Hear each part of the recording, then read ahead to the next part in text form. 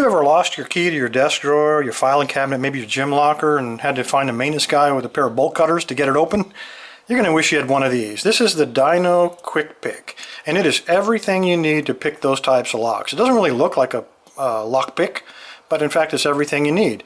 This little pocket clip is actually your tension wrench, and we loosen up the top, and that's what clamps it in place. It comes right out, standard dimension. Tighten that back up, and in order to get our pick to come out, this knob, we loosen it, and it's under spring tension, so we push against the spring tension and we tighten it down, and out from the front pops our pick. And this is called a snake rake, and that's because we're going to rake open this lock. A very easy technique. It works very quickly. The snake pick has a hump on the very top, and we want that hump pointed towards the pins. So let's try to see if it works. This is a standard master lock number 3, probably the most common lock in the universe. The way we determine where our pins are is we take a look at the front, and if you see the light shining off of that first pin, that's pin number 1. So when we push our pick in here, this is the orientation we want, hump towards the pins. And what we're going to do, we're going to apply tension to that lock, and we're going to slide our pick in and out, and we're going to massage those pins in place. Very easy. But we don't have a key to apply that twisting action, but we do have a tension wrench.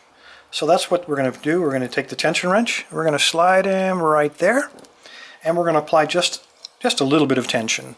Now, when you practice, this is what you want to practice. You don't want to put too much pressure on this tension wrench, because if you do, it'll bind those pins and this just won't work very well.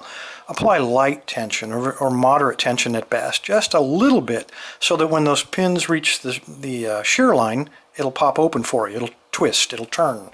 So let's do that. Let's apply a little tension. Hump goes up towards the pins, and let's slide it in. Usually within 10 strokes back and forth, you can usually get these type of locks open. They're not that difficult. There you go. Save you the trouble of having to go hunt down the maintenance guy and get those bolt cutters and ruin a lock. Just in case you find that key, now you didn't ruin your lock. So there you go, fellas. Be prepared. Get yourself one of these, the Dyno Kwick Pick.